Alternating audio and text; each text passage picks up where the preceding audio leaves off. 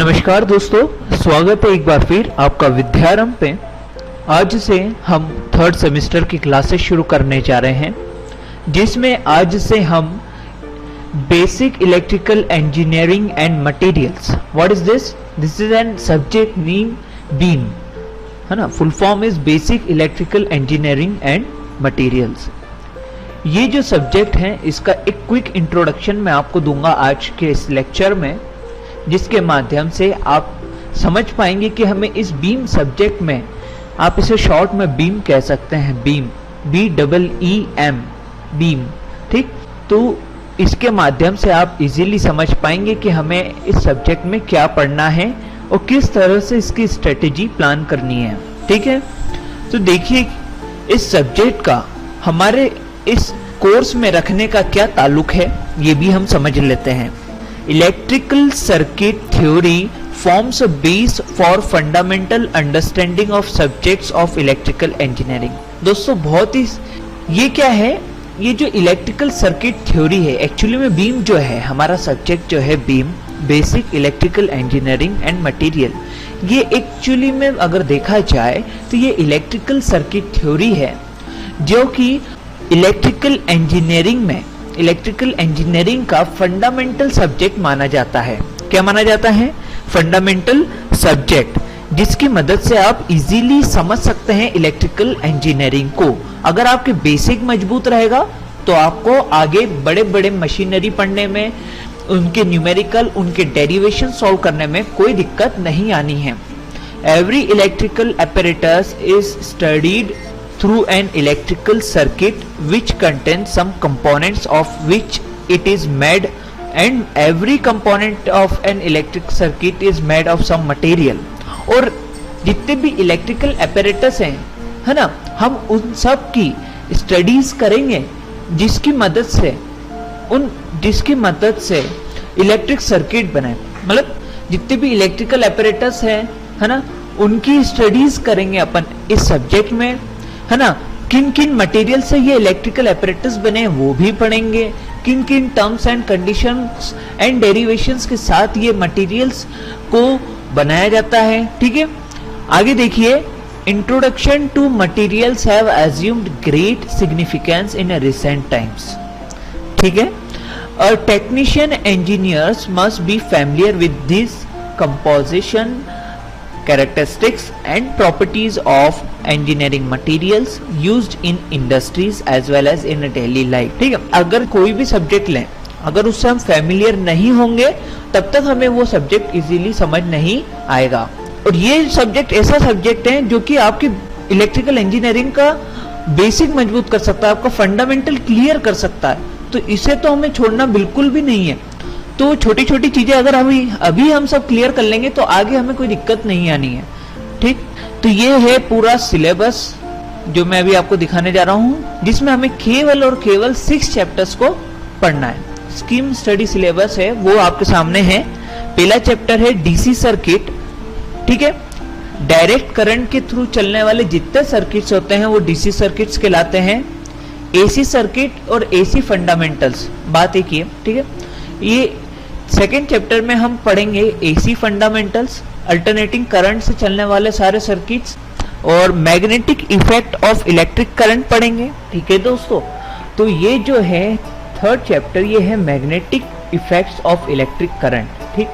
अगला जो चैप्टर है heating effect of electric current. Fifth chapter है chemical effect of electric current. Sixth chapter है इलेक्ट्रिकल इंजीनियरिंग मटेरियल्स। अब दोस्तों आप इसमें कुछ ऐसे चैप्टर्स के नाम सुन रहे हैं जो कि आपको लग रहा है कि मैंने कहीं ना कहीं पढ़ रखे, या तो आपने 10th क्लास में पढ़ा होगा या 11th या 12th क्लास में पढ़ चुके हैं। Magnetic effect of electric current पढ़ रखा है generally, heating effect of electric current पढ़ रखा है, जिसमें या शायद आपको मैं रिवाइंड कराऊं तो 11th और 12th या फिर 10th में heating effect of electric current में अपन ने देखा था कि इलेक्ट्रिक हीटर्स देखे थे हमने, वहां पे कैसे वर्क करता है। ये एक एग्जांपल है जो कि मैं आपको रिवाइंड करना चाह रहा था, जो कि इस चैप्टर में भी हमें उसी का बेसिक समझना है, ठीक। अब आगे है chemical effect of electric current, ये भी हमने केमिस्ट्री में कहीं ना कहीं पढ़ रखा है, ठीक है। इलेक्ट्रोप्लेटिंग वगैरह वगैरह बहुत सारी चीजें है ना अपन ने पढ़ी है। फिर इलेक्ट्रिकल इंजीनियरिंग मटेरियल्स वो मटेरियल्स जिससे कि हम इलेक्ट्रिकल अपैरेटस, इलेक्ट्रिकल सर्किट्स को कंप्लीट करते हैं, है ना, बनाते हैं, ठीक है। उसमें हम सारे मटेरियल्स के बारे में जान लेंगे। 90 आवर्स लगने वाले हैं इस पूरे चैप्टर को, मतलब 5 महीने में हमें ये पूरा कंप्लीट करना है दोस्तों, ठीक है। तो ध्यान से, कहीं जाना नहीं ये सब्जेक्ट छोड़ के, ठीक है। ये सब्जेक्ट बहुत ही बेसिक है, इसलिए इसका नाम basic electrical engineering and material रखा गया है, ठीक। आगे स्टार्ट करते हैं डिस्क्रिप्शंस ऑफ द चैप्टर्स। तो चलिए देखते हैं, जो पहला चैप्टर है वो डीसी सर्किट है। डीसी सर्किट में हमें कॉन्सेप्ट ऑफ चार्ज पढ़ना है, आवेश का। चार्ज को हिंदी में क्या बोलते हैं? आवेश, ठीक। तो आवेश के पीछे क्या कॉन्सेप्ट है, क्या होता है आवेश, ठीक। उसका बेसिक पढ़ेंगे हम। Current, voltage, EMF, resistance, resistivity, Ohm's law, KCL, KVL. आपके लिए केसीएल, केवीएल नया होगा, लेकिन जो मैंने ऊपर नाम बताए, current, voltage, EMF, resistance, resistivity, ये आपने शायद पढ़ रखा है। ओम्स लॉ भी आपने पढ़ रखा है, लेकिन केसीएल, केवीएल आपने पहली बार सुन रहे होगे, ठीक है, इस कॉलेज में आने के बाद। अब देखिए आगे है series and parallel combination of resistance. ये शायद आपने 10th क्लास में पढ़ रखा होगा, अगर आप एमपी बोर्ड से हैं तो।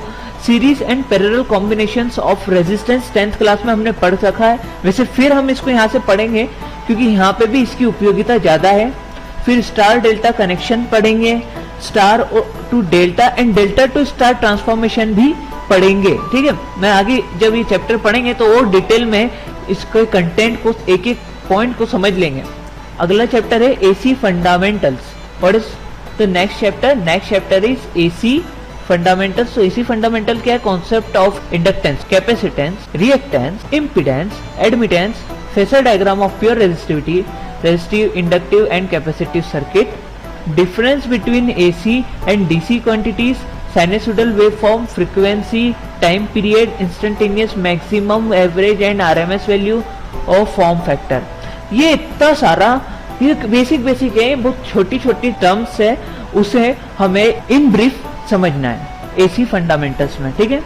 फिर magnetic effect of electric current में अगर देखें तो concept of lines of force देखना है। फ्लक्स क्या होता है आपने शायद सुन रखा है, एमएमएफ आपने भी सुन रखा है, मैग्नेटोमोटिव फोर्स।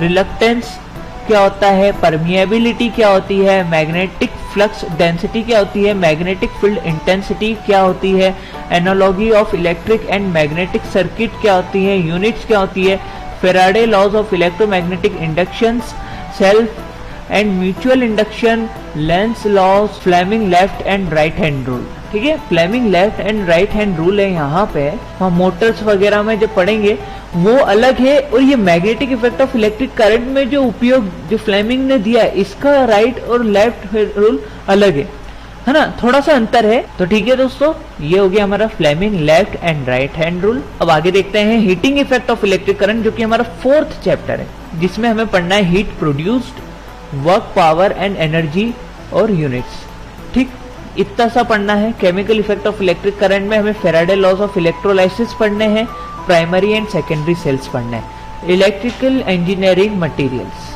ठीक, definition of conductor, insulator, semiconductor, intrinsic and extrinsic semiconductor material properties and applications of conducting, semiconducting and insulating materials, classification of insulating materials on the basis of temperature, BH curve, soft and hard magnetic material, different magnetic materials properties and applications. दोस्तों बहुत ही simple है, बहुत मजा आने वाला है आप लोगों को।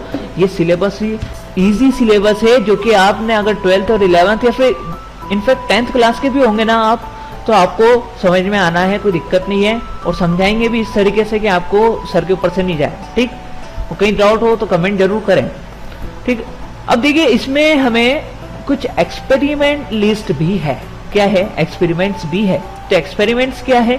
Study of different types of meters, inductors, ammeter, voltmeter, wattmeter etcetera, ठीक, इनकी स्टडीज करनी है। इसको हम करेंगे, भले प्रैक्टिकली नहीं कर पाए लेकिन थ्योरिकली तो इसको कंप्लीट करेंगे, ठीक, ताकि आपको थ्योरी में भी तो दिक्कत ना आए, और कुछ हो सका तो मैं आपको प्रैक्टिकल वीडियोस भी इसके बना दूंगा।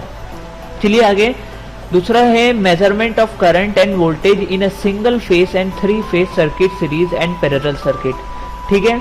Measurement of current, voltage and power in a single phase circuit, study of different type of loads that is resistive, inductive and capacitive load, study of multimeter, verification of Ohm's law, study of different types of conducting, insulating and magnetic materials.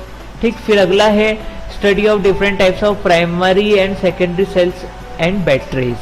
ठीक, इतना सारे हमें experiments भी complete करने हैं। ठीक, इसको 30 hours बोल रहे हैं ये। ठीक, मतलब टोटल हमें 90 आवर्स लगने हैं। तो चलिए दोस्तों, मिलते हैं अगली वीडियो में।